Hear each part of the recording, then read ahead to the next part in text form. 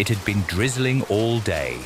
At first it was quiet, barely noticeable, but by evening the rain grew heavy and relentless. Drops drummed on the roof. The windows trembled with a fine shiver. The sky was fully overcast, and the forest beyond the house seemed like an endless wall of darkness. The wind wandered through the branches, and from time to time came a creak, as if something enormous was moving through the thicket. Peppa and George sat in the living room. They tried to play with building blocks, but the tower collapsed again and again, sometimes from their clumsiness, sometimes from the pounding rain that shook the whole house. Their parents were gone. Mummy and Daddy Pig had gone to town and left dinner for the children. The house seemed cozy, but the longer the rain lasted, the more it felt as though something alien was hiding outside the windows. When the first howl came, George flinched and dropped a block. It was a long, drawn-out sound, unlike anything they had ever heard. Not wind, not an animal, something else entirely. It slid under the skin and echoed in the bones. Peppa stood up and walked to the window. Beyond the glass, she saw two enormous red lights. They glowed motionless, but so brightly that their cold radiance pierced through the rain. Peppa realized they were eyes staring straight at their house. "What is that?" George whispered, pressing against his sister.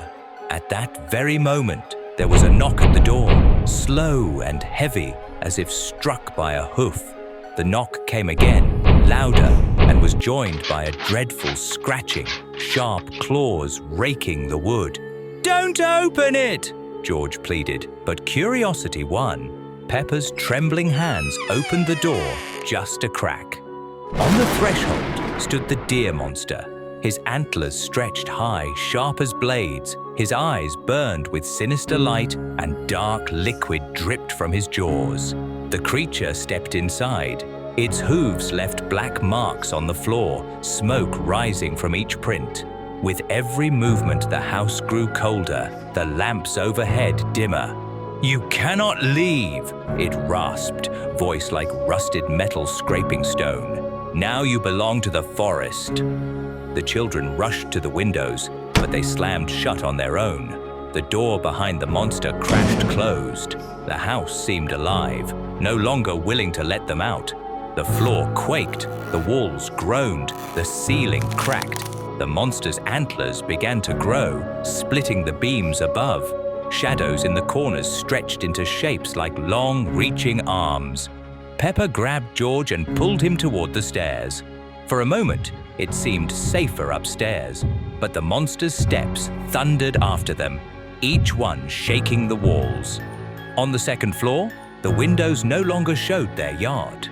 Through the glass stood tree trunks, as though the house had been carried deep into the forest. The wind howled in the corridors, and on the walls seeped patterns of moss and pine needles. Peppa and George hid in their room, but the door swung open on its own. The monster entered, its eyes lighting the walls and turning shadows into writhing beasts. "Now, the house is part of the forest," it hissed. Its antlers pierced through the ceiling, and the floor was covered with a thin layer of water, as if the rain had spilled indoors.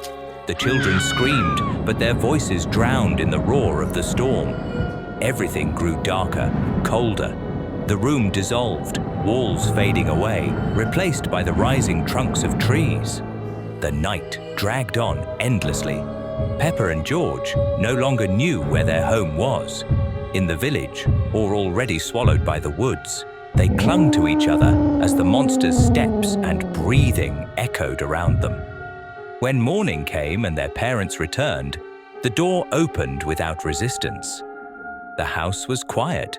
Toys lay scattered on the floor. The lights were on, but the children were gone. Only two small pairs of shoes stood neatly by the threshold. But the house was strange. The hallway smelled of resin, damp stains spread across the walls, and pine cones lay in the corner. Mummy and Daddy Pig exchanged a glance but said nothing. Since then, children's voices are sometimes heard in the forest at night. They call for help, call for home, but the path always leads deeper into the thicket, and among the trees still roams the deer monster. Sometimes in the windows of the empty house his eyes can be seen, red, unblinking, just like that night when Peppa and George opened the door. It all started the day Peppa found a strange toy in her room. It was a Labubu, a small yellow monster with big black eyes and sharp teeth. Peppa couldn't remember where it came from. "What a cute toy! Where did you come from, little one?" she asked. Labubu remained silent, but his black eyes seemed to follow Peppa's every movement. That same day, a second window appeared in her room. The new window was old and dark, completely different from Peppa's usual window. Through the murky glass, instead of the familiar yard, there was a view of a gloomy, foggy forest. And strangest of all, in the forest grew trees that looked exactly like Labubu toys. "Mummy, look at this window and this strange forest," Peppa called out.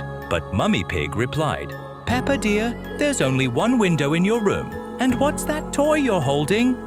Mummy couldn't see the second window, but even stranger, she couldn't see the Labubu toy either, even though Peppa was holding it right in front of her. On the first night, Peppa placed Labubu on her bedside table and went to sleep. But in the middle of the night, she woke up to a strange sound, the quiet grinding of teeth. In a quiet, creaky voice, Labubu whispered, "Peppa, Peppa, look out the window." You can talk," Peppa gasped. She turned to the second window. In the forest, she saw hundreds of small yellow figures, exactly like her toy. They stood between the trees, staring directly at her. Every night, the army of toy Labubus in the forest grew larger. They moved closer to the window, and their black eyes glowed in the darkness like little stars. "We've come for you, Peppa. You found us. Now we'll find you," Labubu said. "What do you want from me?" Peppa asked fearfully. "We want you to become one of us, forever," came the chilling reply. On the third night, Peppa woke up to find her hands had turned yellow, like Labubu's, and her eyes in the mirror seemed bigger and blacker than usual. "What's happening to me?" she cried. "You're becoming one of us. Soon you'll be able to live in our forest and we'll play forever," Labubu explained with a sinister smile. Peppa tried to throw away the Labubu toy, but it always returned to her room. She tried to close the second window, but it appeared on other walls. "Mummy! Daddy! Help me!" she screamed. But her parents couldn't see Labubu or hear his voice. To them, Peppa was just talking to herself. On the seventh night, the Labubu army came right up to the window. There were so many of them that the forest glowed with the yellow light of their bodies and the black gleam of their eyes. In chorus, they chanted, "It's time, Peppa. Time to join us." Peppa looked at herself in the mirror. Her skin had turned completely yellow. Her eyes were big and black, and the same horrifying smile as Labubu's appeared on her face. I'm ready," she said in a voice that now sounded like Labubu's. The second window opened by itself. Cold wind from the Labubu forest rushed into the room. Peppa, now looking more like a toy than a pig, stepped toward the window and disappeared into the night. In the morning, Mummy Pig came into Peppa's room to wake her up, but the bed was empty. On the windowsill lay only a small yellow Labubu toy with big black eyes. "Peppa, Peppa, where are you?" Mummy called out. She picked up the toy. For a moment, it seemed like Labubu winked at her and whispered quietly in a familiar voice, "I'm here, Mummy. I'll always be here." A week later, George found a strange toy in his room, a small yellow monster with big black eyes. And that same day, a second window appeared in his room. "Dinosaur! Dinosaur!" George exclaimed. "No, George, I'm Labubu, and soon you'll be Labubu too," the toy replied. In the forest beyond the window stood a figure that looked very much like Peppa, but with yellow skin and black eyes. She waved at George and smiled with Labubu's horrifying smile. Be careful with toys that appear out of nowhere. Sometimes they don't come to be played with, but to turn you into a toy. The other window and Labubu Peppa's room had always had one window. Through it, she could see their cozy yard with swings and a bright flower bed. But one morning, Peppa woke up feeling an unusual chill. On the opposite wall appeared a second window, old, with a cracked dark frame and murky glass covered with strange streaks. Beyond the window stretched not their yard, but a grim forest. Tall, grey trees without leaves reached toward a pale sky. Fog crept between the trunks, forming eerie shapes. And there, deep in the forest, something was moving. A dark figure slowly moved between the trees. "This can't be real," Peppa whispered, stepping back from the window. She looked through her usual window. George was playing in the yard with his dinosaur. Everything was normal. But when she turned back to the second window, the figure had come closer. "Mummy!" Peppa screamed. "What happened, dear?" asked Mummy Pig, hurrying into the room. "There's a window, a second window, and a forest, and someone's walking there." Mummy looked where Peppa was pointing, but saw only a pink wall with children's drawings. "That's just a wall, dear. You had a very vivid dream. Would you like some warm milk?" "No, Mummy, I'm not sleeping. Look carefully. Everything's fine, darling. Sometimes our imagination plays tricks on us." Mummy kissed Peppa and left. But the window remained. All day, Peppa tried to forget about it, played with George, drew pictures, but by evening, the window had moved lower, almost to her eye level. The fog in the forest became thicker, and the figure approached so close that she could distinguish its long, thin limbs. At night, Peppa woke up to quiet, rhythmic tapping on glass. The window glowed with strange, pale light. Behind the glass, right at the window, stood a figure. Now Peppa could see it clearly. It was a creature similar to herself, but distorted, like a reflection in a funhouse mirror. Pale, almost transparent face, two big dark eyes, a thin, unnaturally wide smile. "Peppa, you can see me," said the figure with a voice that sounded like distant echo. "Who are you?" Peppa whispered, trembling with fear. "I am Labubu. I have always been here, in this forest, waiting for you. You opened the window between our worlds, Peppa. Now I can come to you. I didn't open any window. Go away. But you looked through the window. You saw me. And now I'm here. Soon I won't just be behind the glass, Peppa. Soon I'll be next to you." Labubu laughed with quiet, ringing laughter. Peppa screamed and ran to the door. Mummy Pig burst into the room, turning on the light. When bright light flooded the room, the second window was gone. "Peppa, what happened? She was there. Labubu, she was talking to me. You had a nightmare, dear. No one is here." But Peppa knew it wasn't a dream. The next morning, the window appeared again, but on a different wall. Peppa began leaving notes on the windowsill. "Who are you? What do you want?" But in the morning, the notes disappeared, and words appeared scratched on the glass from inside. "I want to be real, like you. Soon I will come out." One night, something terrible happened. The window opened for real. Cold air from Labubu's forest rushed into the room, bringing the smell of old leaves and something dead. A long, pale hand slowly extended from the window. "Peppa, I'm almost here, almost with you," Labubu whispered. "No, please, no," Peppa screamed. "Mummy! Daddy! Help!" Labubu quickly disappeared into the window. Parents came running. She tried to come in. "Labubu tried to come into my room," Peppa cried. "We need to see a doctor," Mummy said to Daddy. But the window continued to appear every night. Each time it opened a little wider. Labubu became more insistent. "Don't be afraid of me, Peppa. I don't want to hurt you. I just want to be your friend. Forever," she said with a soft voice. "You're not real. You can't be my friend," Peppa replied. "But I will become real. Very soon, and then we will never part." And the window remains. Every night it opens wider. Every night Labubu comes closer to fully crossing into Peppa's world. And Peppa can only wait and hope that someone will believe her before it's too late, because some doors, once opened, never close again, and some friends stay with us forever, whether we want them to or not. The night was unusually quiet. Outside the window, there were no stars, no moon, only a dense darkness in which everything seemed to dissolve. Peppa Pig's house had fallen silent on its own.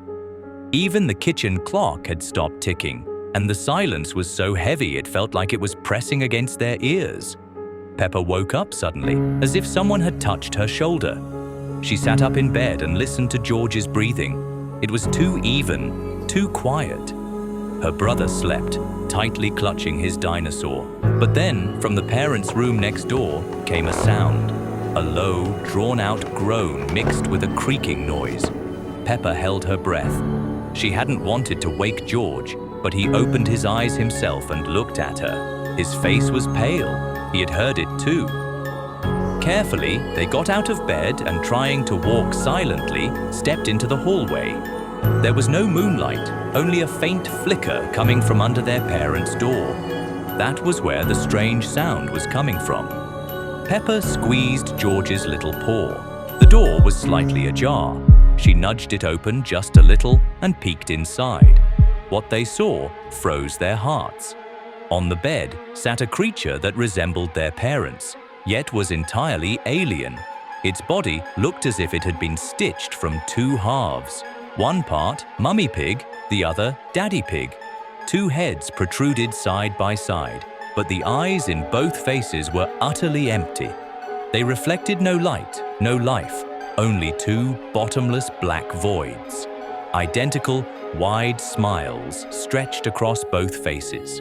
The creature turned toward the children, the two heads tilted at the same time. With that movement, the very air seemed to change pressure. It became harder to breathe. Peppa stepped back, but her legs refused to obey. George clutched her paw tightly, but he too seemed rooted to the floor. The creature stretched its arms toward them. The fingers were too long, the joints bent at unnatural angles. The room reeked of dampness and rot. Mama, whispered Peppa. But in that moment she knew it was not their parents. Their bodies began moving on their own. Slowly, step by step, they walked toward the thing. Their hearts pounded, but there was no strength left to resist. The creature waited. Its two mouths opened and closed in perfect unison, but no sound came out. And that silence was more terrifying than any scream. And then, from behind it, from the very shadow, he appeared. Labubu. Peppa recognized his silhouette instantly, her favorite toy, the one that always sat on the shelf. But now, he was alive. His movements were jerky, like a puppet pulled by invisible strings. His red eyes glowed in the dark, and on his face was a smile so wide and crooked it looked as though the fabric would split. In his paws, he held a doll. Small, ragged, and horribly familiar. A copy of Peppa herself. Even the dress was the same pink, only stained with dark blotches. Slowly, Labubu began to pull at the doll's head. The fabric stretched, and a sickening tearing sound filled the air. The two-headed creature immediately froze, as if awaiting orders. Its empty eyes were fixed on Labubu. It wasn't the master, it was the servant. "No," whispered Peppa, but her voice was too weak. George flinched, his small eyes widening. On the floor beside him lay another doll, an exact copy of George. It had appeared out of nowhere, and its lifeless eyes stared directly at the children. Labubu lifted his gaze. His red eyes met Peppa's. In that instant, she felt the world itself shift. The walls of her parents' bedroom quivered, the ceiling stretched higher, and the door behind her slammed shut on its own. There was no way out. The creature took a step forward, its two heads grinning in the same unnatural smile. But it wasn't moving toward the children. It was moving in rhythm with Labubu. Every tilt of his head, every twitch of his paw was mirrored by the monster. It was the puppet, and Labubu was the puppeteer. Peppa and George screamed. but their voices vanished, swallowed by the air itself. Labubu only smiled wider. He lifted both dolls, the Peppa doll and the George doll, and pressed them together. At that moment, the children felt their own bodies being dragged forward, pulled into the darkness toward the creature. The darkness closed in around them. Peppa had just enough time to see Labubu's red eyes blazing brighter than ever. And then the world was gone. The last thing that remained in her memory was his smile, and the realization that now they themselves had become part of Labubu's collection. Early in the morning, Peppa Pig's family set out for a picnic in the enchanted forest. Daddy Pig carried a heavy basket of food, Mummy Pig held George by the hoof, and Peppa ran ahead, promising to find the most secret place. On a meadow by the stream, they spread a blanket and laid out the treats. George already reached for the cake, but Daddy gently reminded him, "Vegetables first, George." After lunch, Daddy suggested hide and seek. "I'll count to 100, you hide." Peppa and George darted behind an oak and held their breath. But when they peeked out, there was only silence. No steps, no voices. Even the stream seemed hushed. The sun leaned toward the horizon, and the forest grew unfamiliar. They tried to find the meadow again, but every path led back. Every tree looked the same. Darkness fell quickly. In a rock, they found a low, damp cave and hid inside. It smelled of moss and moisture. George whimpered and Peppa whispered, "We're together. We'll manage." Then branches cracked outside, closer and closer. In the darkness, 2 red sparks flared. They did not blink. There were old tales of the deer monster. Its antlers parted branches. Its steps shifted paths. A growl burst from the dark, shaking the ground. Peppa grabbed George. "Run!" They bolted and saw a light ahead, an old hut among the thickets. They rushed inside and slammed the crooked door. The air was heavy, the walls rotten. In the corner lay a chest, a rusty shovel and axe. Outside, something circled the hut and pressed against the threshold. Then the walls shook, struck by huge antlers. "Make noise!" whispered Peppa, and they banged on the pot and the chest lid. A guttural roar answered, and the door cracked. Moonlight fell through a hole in the roof. The children pushed the chest, climbed up, and scrambled onto the roof. Below, antlers scraped the walls. A thick branch of an old tree stretched nearby. "Jump!" cried Peppa. They clasped hands and leapt. The hut collapsed behind them, but the red eyes glowed again in the mist. On the branch they froze. The forest seemed to breathe. Far away flickered a warm light like the glow of their home. "Home!" George said with relief.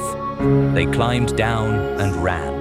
The wind carried scents of apples and wet bark, but suddenly from both sides came, "Peppa!" "George!" The voices were familiar, yet echoed with a delay. The light drew near, then slipped away. At last, they saw their house. The door opened. On the porch stood Mummy Pig. "Where have you been?" We were worried. Beside her was Daddy with a checkered blanket. In the kitchen it smelled of pie. The kettle whistled. "Vegetables first," Daddy said, and George nodded. They embraced, but Peppa noticed strange details. Mummy wore a different apron. The clock ticked oddly. Dry needles stuck from the rug. "We got lost," Peppa whispered. "Now you're home," Mummy replied, and the phrase seemed to echo faintly. That night, Peppa woke. Outside the window wasn't the yard, but forest. The moon hung between branches. On the glass lay a thin shadow shaped like antlers. "He found us?" George muttered in his sleep. In the morning, all looked normal. Daddy read the paper, Mummy set the plates. But the door opened not to the path, but to a narrow trail among spruces. On the windowsill lay 2 pine cones. In the hall remained wet prints shaped like branches. "Did we come back?" George asked. "Of course," Mummy smiled. Her smile was warm, but her lips seemed to repeat the motion again. like a reflection in water. By day, they tried to walk into the yard, but after a few steps, the path curved and brought them back to the porch. "It happens," said Mummy. The word echoed faintly. In the evening, Peppa saw a note on the fridge. "Vegetables first." Beneath it stretched a scratch, splitting at the end like antlers. At night, the house creaked like wood, smelling of resin. From deep inside came slow, endless counting. In the morning, Mummy said, "Today we'll stay home. The forest is tired." Daddy nodded. The mat by the door grew damp. Beneath it, roots were pushing through. "Home is good," said Peppa. George smiled. In the glass, their reflections doubled, as if two more stood beside them. Then the shadow blurred, and antlers lay across the pane. Since then, at night, the house smelled of forest. Sometimes trees stood outside the window. Sometimes the yard returned. No one spoke of the cave or the red eyes. But each time, Daddy said, "Vegetables first." A very close voice repeated the same words, with a delay. The deer monster no longer chased them through the thicket. He was already inside. A scary Peppa Pig episode that never made it on TV. It was a perfectly ordinary Tuesday morning when Peppa woke up in her bedroom, but something felt different. The familiar yellow walls seemed darker somehow, and the cheerful pictures on the wall appeared to be watching her with their painted eyes. Peppa rubbed her eyes and looked again, but everything seemed normal now. Downstairs, Mummy and Daddy Pig were having breakfast as usual, but they weren't talking. They sat in complete silence, their eyes fixed straight ahead, chewing their food with mechanical precision.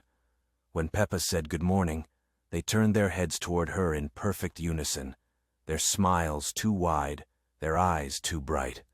George was playing with his toy dinosaur in the corner, but the toy wasn't making its usual roaring sounds. Instead, it seemed to whisper something that Peppa couldn't quite understand. When she moved closer to listen, George looked up at her with eyes that weren't quite his own. They were darker, older, as if something else was looking out from behind them. The telephone rang, and Mummy Pig answered it with that same unnaturally wide smile. She spoke in a voice that sounded like hers, but felt wrong, agreeing to meet someone at the playground. As they prepared to leave the house, Peppa noticed that all the clocks had stopped at exactly 12 minutes past 3. At the playground, all of Peppa's friends were already there, standing in a perfect circle around the slide. Susie Sheep, Pedro Pony, Rebecca Rabbit, and all the others stood motionless, their heads tilted at the same angle, their smiles identical. They began to speak in unison, their voices creating a strange harmony that made Peppa's ears ring. The playground equipment began to move on its own. The swings swayed back and forth with no one on them, the seesaw rocked up and down in a steady rhythm, and the roundabout spun slowly, creaking with each turn. The children continued to stand in their circle, their eyes never blinking. Peppa tried to run, but her legs felt heavy, as if she was moving through thick mud. Behind her, she could hear the sound of footsteps, all perfectly synchronized, following her at the same steady pace. No matter how hard she tried to run faster, the footsteps stayed exactly the same distance behind her. She found herself back at home, but it wasn't quite right. The yellow house was now a pale gray color, and the windows were all dark, even though she could see lights moving inside them. The front door opened before she could reach it, and Daddy Pig stood there with his arms outstretched, welcoming her home with that same too-wide smile. Inside, the family sat around the dinner table, but there was no food. They all stared at Peppa as she entered, their heads turning to follow her movement. The silence was broken only by the sound of the grandfather clock in the hallway, ticking much too loudly. As night fell, Peppa lay in her bed, listening to the sounds of the house, but instead of the familiar creaks, she heard whispers coming from the walls themselves. The voices were soft and constant, speaking in a language she didn't understand, but somehow felt she should. By the end of the week, Peppa stood with her family and friends in the same perfect formation, her head tilted at the same angle as theirs, her smile identical to all the others. The whispers had become a comforting lullaby, and everything was exactly as it should be.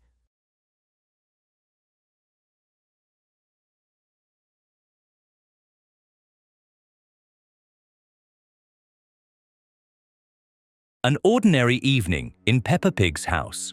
Rain drummed on the roof, the wind pushed heavy clouds across the sky, and inside there was that same cozy silence that usually brought comfort. The family gathered in the living room. Daddy Pig leafed through his newspaper, Mummy Pig was knitting, George played with his dinosaur, and Peppa was building a tower of blocks. Everything looked normal, but Peppa couldn't shake off a strange sense of unease. She noticed it first. The light in the room flickered, the lamp dimmed for a moment, and the shadows on the walls stirred.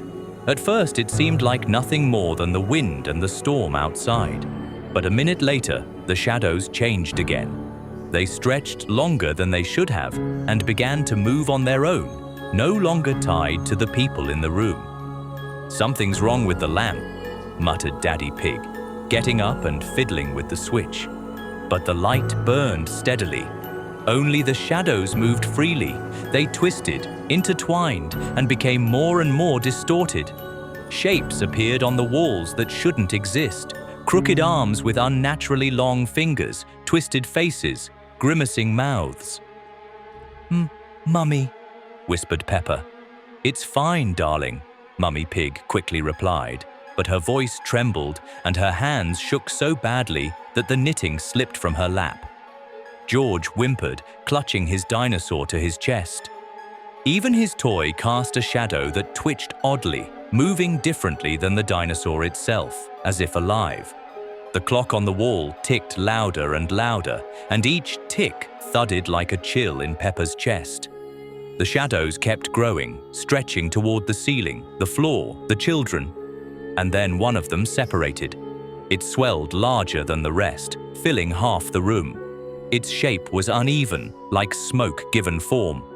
Two red points flared where its eyes should be. The figure leaned forward, and from its mouth came a deep, drawn-out growl. "Daddy!" whispered Peppa. But Daddy Pig didn't move. His eyes were wide, his lips trembling, yet no words came. Mummy Pig gripped the armrests of her chair so tightly that her knuckles went white. The creature advanced, its clawed arms stretched toward Peppa, reaching closer and closer. She tried to scream, but her voice was gone. Her heart pounded so hard it drowned out everything else. And then something stirred on the shelf. Labubu, his glass eyes lit up red. The toy that had always sat motionless suddenly came alive. Slowly, he jumped down. His tiny feet touched the floor softly, yet the sound echoed as if he were far heavier than he looked. He stood directly in front of Peppa. His smile widened, twisted, almost monstrous. The creature froze, its red eyes locked with Labubu's. The room fell into a heavy silence, broken only by the rain against the windows. Then, from Labubu's little hands, a stream of thick black energy burst forth. It surged toward the shadow creature, colliding with it like lightning. The air trembled, filled with the smell of damp earth and burning at once. The creature hissed, its body jerking violently, tearing apart piece by piece. It reached toward Labubu with its claws, but he only lifted his gaze, and his glowing eyes flared so brightly that Peppa flinched, nearly blinded. A piercing scream rang out, so sharp it rattled her ears. The shadow writhed as if being ripped apart, and with a final hiss dissolved into nothing. The family sat in stunned silence. George no longer cried. He only clutched his dinosaur tightly, his eyes wide with terror. Mummy and Daddy Pig sat pale and shaken, unable to comprehend what they had seen. Labubu stood on the floor, his glowing red eyes slowly dimmed. His smile softened, turned back into its familiar, innocent curve.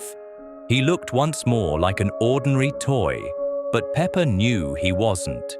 She stared at him, feeling deep down that he hadn't just saved them. He had enjoyed it.